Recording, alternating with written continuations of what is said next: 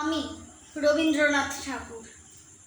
আমারই চেতনার রঙে পান্না হলো সবুজ, চুনি উঠল রাঙা হয়ে। আমি চোখ মেললুম আকাশে, জ্বলে উঠল আলো পূবে পশ্চিমে। গোলাপের দিকে চেয়ে বললুম সুন্দর, সুন্দর হলো সে।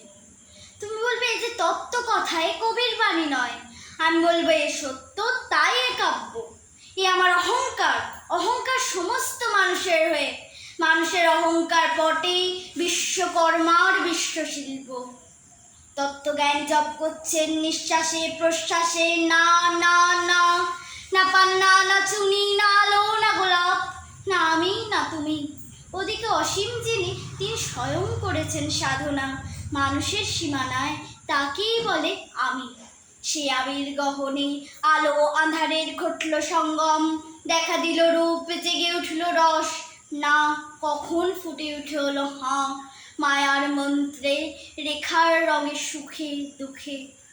একে বলো না তত্ত্ব, আমার মন হয়েছে পুলকিত। বিশ্ব আমির রচনার আসরে হাতে নিয়ে তুলি, পাত্রে নিয়ে রং। পণ্ডিত বলছেন বুড়ো চন্দ্রটা নিষ্ঠুর, চতুর হাসি তার, মৃত্যুদূতের মতো গুড়ি বেড়ে আসছে সে পৃথিবীর পাঁজরের কাছে। একদিন দেবে চরম টান তার সাগরে পর্বতে। নর্তলোকের মহাকালের নূতন খাতায় পাতা জুড়ে নামবে একটা শূন্য, গিরে ফেলবে দিন রাতের জমা খরচ। মানুষের কীর্তি হারাবে তার অমরতার ভান, আর ইতিহাসে লেপে দেবে অনন্ত রাত্রির কালি। মানুষের যাবার দিনের চোখ বিশ্ব থেকে নিকিয়ে নেবে রং, মানুষের যাবার দিনের মন ছানিয়ে নেবে রস।